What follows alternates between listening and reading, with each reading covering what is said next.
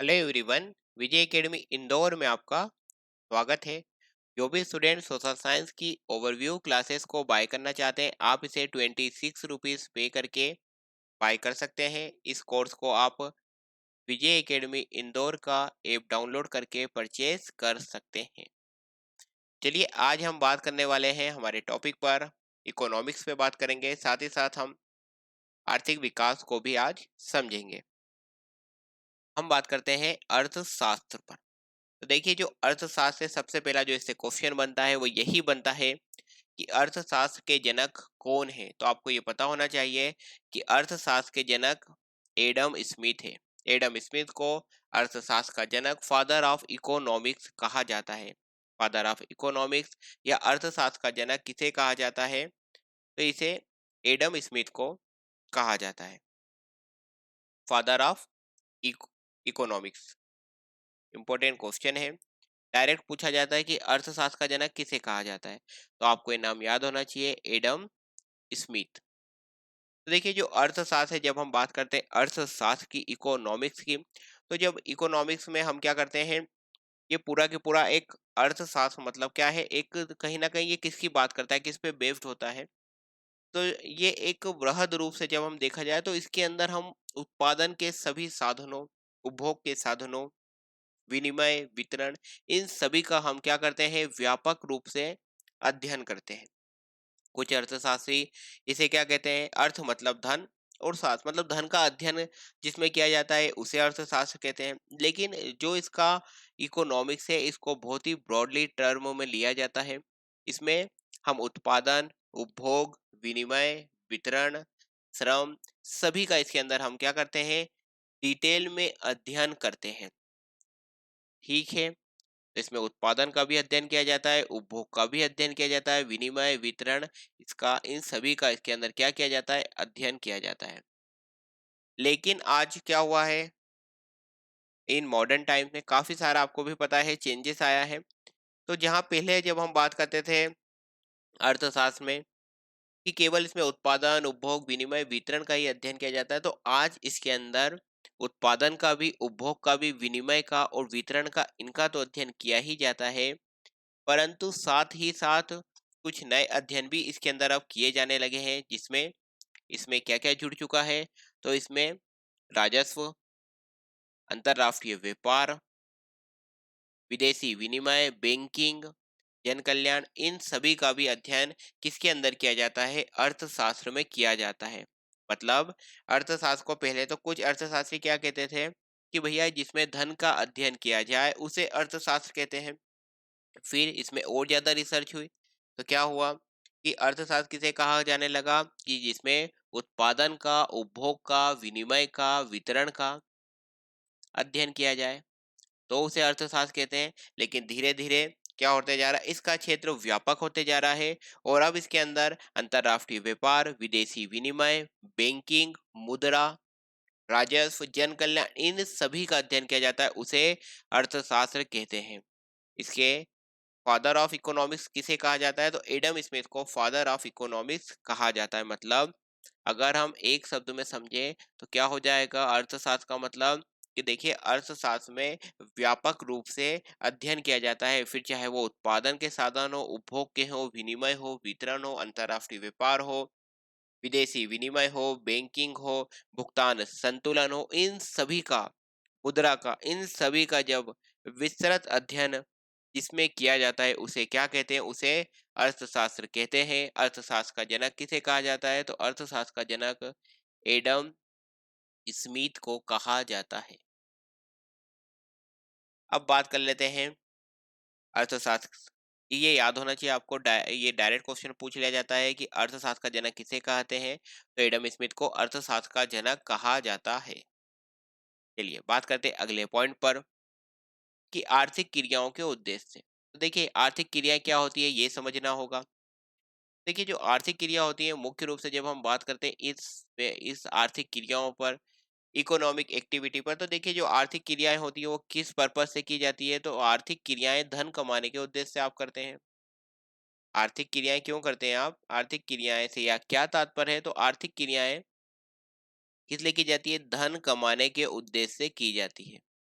तो अब आप बताइए आप धन कैसे कैसे कमा सकते हैं? तो देखिए आप धन, या तो आप क्या करेंगे, कहीं नौकरी करेंगे, नौकरी करेंगे और आपको क्या हो जाएगी, सैलरी मिल जाएगी, तो आप नौकरी से या रोजगार से धन कमा सकते हैं। या फिर आप कैसे पैसे कमा सकते हैं, आप कोई बिजनेस करके, कोई उद्योग करके, आपने कोई उद्योग डाल लिया, कोई बिजनेस डाल लिया, तो आप इससे भी क्या कर सकते हैं, बिजनेस से भी क्या कर सकते हैं, पैसे कमा सकते हैं। तो या तो आप नौकरी करके पैसा कमा सकते हैं, या आप उद्योग से पैसा कमा सकते हैं, या फिर आप पैसे से, पैसे मतलब प्रोफेशन, जैसे पैसे में कौन लोग आ जाते हैं इसमें, आपका डॉक्टर आ जाएगा, सीए, सीएस, जो भी प्रोफेशनल लोग होते हैं, वकील, ये सभी पैसे में आ जाते हैं। तो इस तरह से काम करके भी आप क्या कर सकते हो, धन को कमा सकते हो। तो देखिए एक व्यक्ति धन कैसे कमा सकता है, या तो वो नौकरी करेगा कहीं, तो पैसे मिल जाएंगे उसे, या वो उसका खुद का बिजनेस करेगा, उद्योग कुछ डाल लेगा, उससे वो पैसे कमा सकता है, या फिर वो उसके प्रोफेशन से पैसा कमा सकता है, जैसे कोई वकील हो जाते हो, आपने देखा होगा वो उनकी प्रैक्टिस करते हैं और बदले में उनको फिर फीस मिल जाती है, प्रोफेशनल फीस। तो ये डॉक्टर, वकील, सीए, सीएस, तो ये प्रोफेशनल। तो इस माध्यम से आप क्या कर सकते हो, धन कमा सकते हो। तो जिस भी माध्यम से आप क्या करते हो, धन कमाते हो, उन सभी क्रियाओं को, ऐसी क्रियाएं जो धन कमाने के उद्देश्य से की जाती है, तो उन्हें क्या कहते हैं, उन्हें आर्थिक क्रियाएं कहते हैं। मतलब आपसे अगर कोई पूछ ले कि आर्थिक क्रियाएं क्या होती हैं, तो आपको पता होना चाहिए कि जो धन कमाने के उद्देश्य से की जाती हैं, धन कमाने के उद्देश्य से की जाने वाली क्रियाओं को आर्थिक क्रियाएं कहते हैं। तो आर्थिक क्रियाओं के उद्देश्य के आधार पर 1933 में, कब, 1933 में रेगनर फ्रीरस, कौन थे, रेगनर फ्रीरस, इन्होंने अर्थशास्त्र को कितने भागों में बांटा, दो भागों में। इंपॉर्टेंट है, याद होना चाहिए कि अर्थशास्त्र को मेनली दो भागों में बांटा है। एक होता है व्यष्टि अर्थशास्त्र और एक होता है समष्टि अर्थशास्त्र। तो किसने बांटा, कब बांटा, ये क्वेश्चन आपसे एग्जामिनर पूछ सकता है। तो आपको ये ईयर भी याद होना चाहिए कि आर्थिक क्रियाओं के उद्देश्य के आधार पर 1933 में रेगनर फ्रीरस ने अर्थशास्त्र को दो भागों में बांटा। कितने भागों में बांटा अर्थशास्त्र को, दो भागों में। किसने बांटा, रेगनर फ्रीरस ने। कब बांटा, 1933 में। कितने भाग हो गए, दो भाग में बांटा। एक क्या होता है व्यष्टि अर्थशास्त्र और एक क्या होता है आपका समष्टि अर्थशास्त्र, माइक्रो और मैक्रो इकोनॉमिक्स। तो अब हम बात करते हैं, इंपॉर्टेंट है, इससे एग्जामिनर आपसे डायरेक्ट क्वेश्चन पूछ लेता है कि माइक्रो इकोनॉमिक्स क्या है या मैक्रो इकोनॉमिक्स क्या है, तो ये भी आपको पता होना चाहिए। डायरेक्ट इनसे एग्जाम में क्वेश्चन पूछे जा सकते हैं। तो ये बहुत ही मतलब सरल है, बड़ी आसानी से आपको याद हो जाएगा। देखिए माइक्रो, इसको क्या बोलते हैं, इसको व्यष्टि अर्थशास्त्र कहते हैं। मैक्रो, इसे समष्टि अर्थशास्त्र कहते हैं। तो देखिए बस ये जो माइक्रो है ना, यहाँ से आप इसे समझ सकते हैं, माइक्रो का मतलब क्या होता था, आपने वो देखा होगा माइक्रोस्कोप।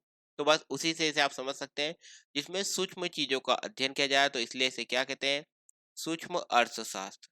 मतलब, या आप इसे यूं भी कह सकते हैं, जहां पर सूक्ष्म क्या मतलब बहुत छोटा। तो बस वही बात है व्यष्टि अर्थशास्त्र में, माइक्रो इकोनॉमिक्स में भी, जब छोटे स्तर पर अध्ययन किया जाता है तो उसे माइक्रो इकोनॉमिक्स व्यष्टि अर्थशास्त्र कहते हैं। जबकि समष्टि अर्थशास्त्र मतलब मैक्रो इकोनॉमिक्स में वृहद स्तर पर अध्ययन किया जाता है।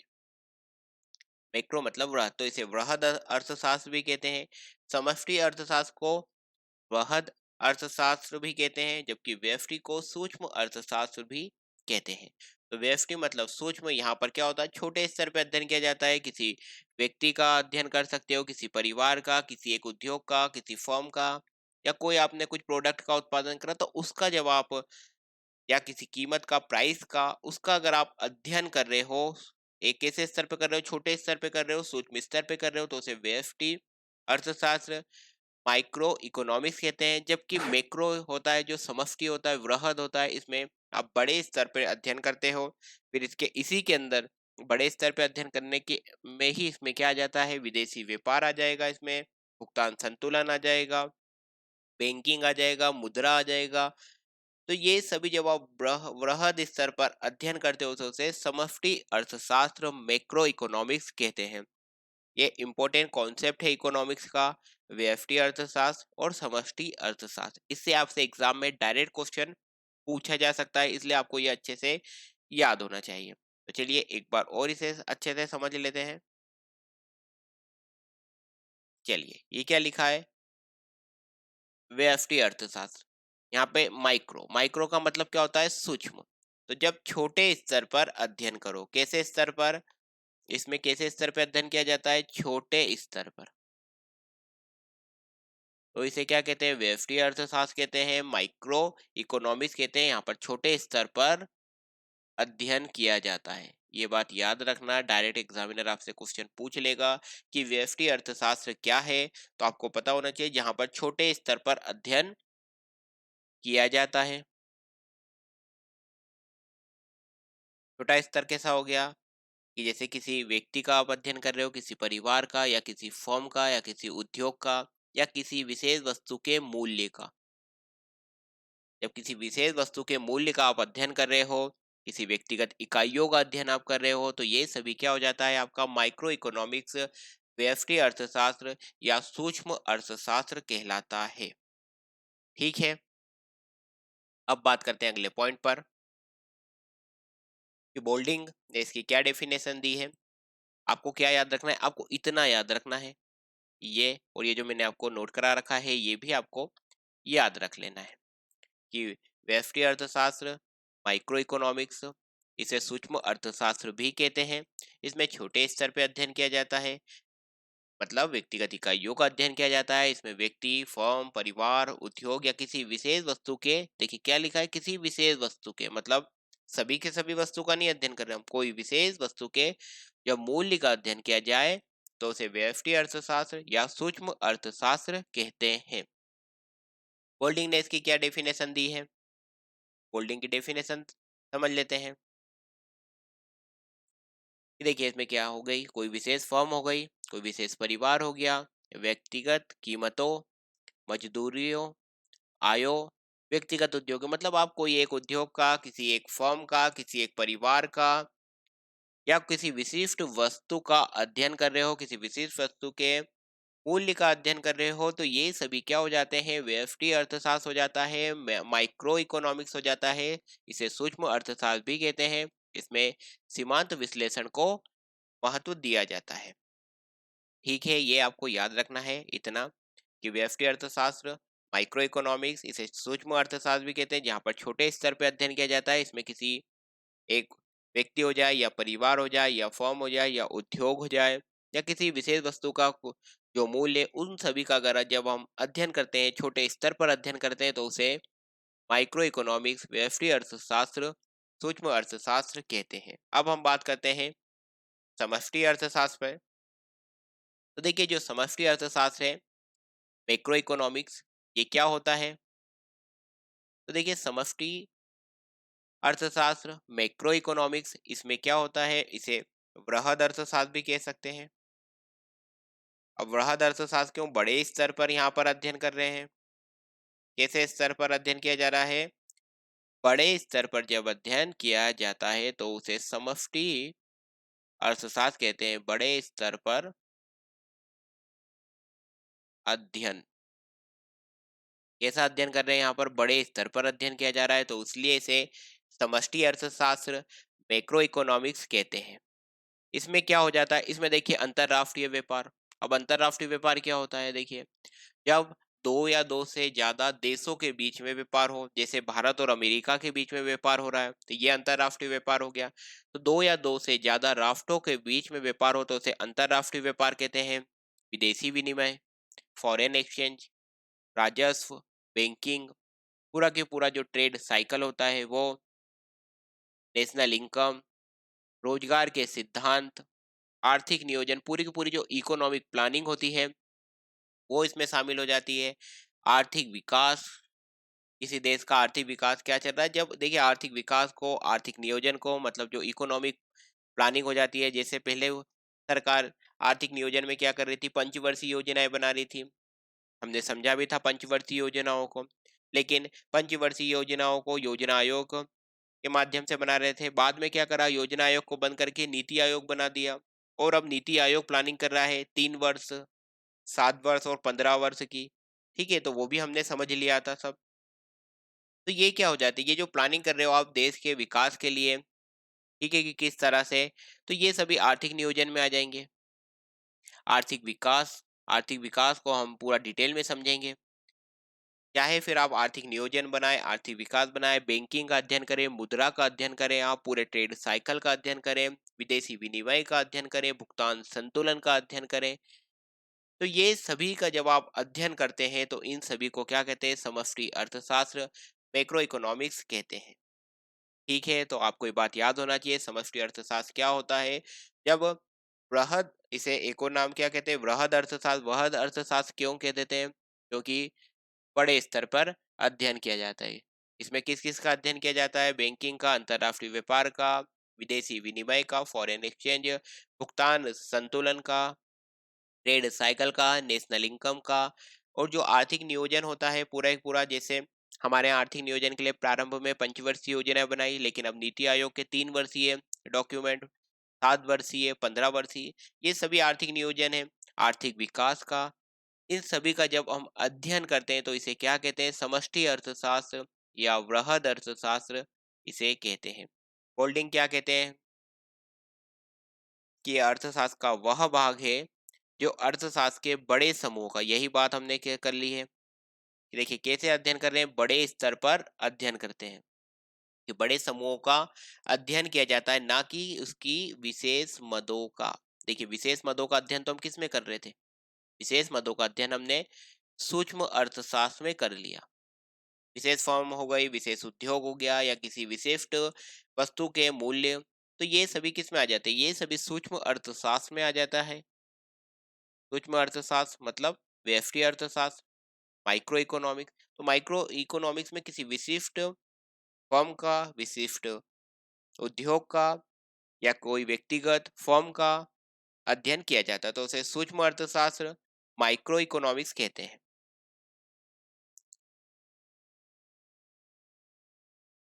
वह इन समूहों को उपयोगी ढंग से परिभाषित करने का प्रयत्न करता है, साथ ही साथ इनके पारस्परिक संबंधों की जांच करता है।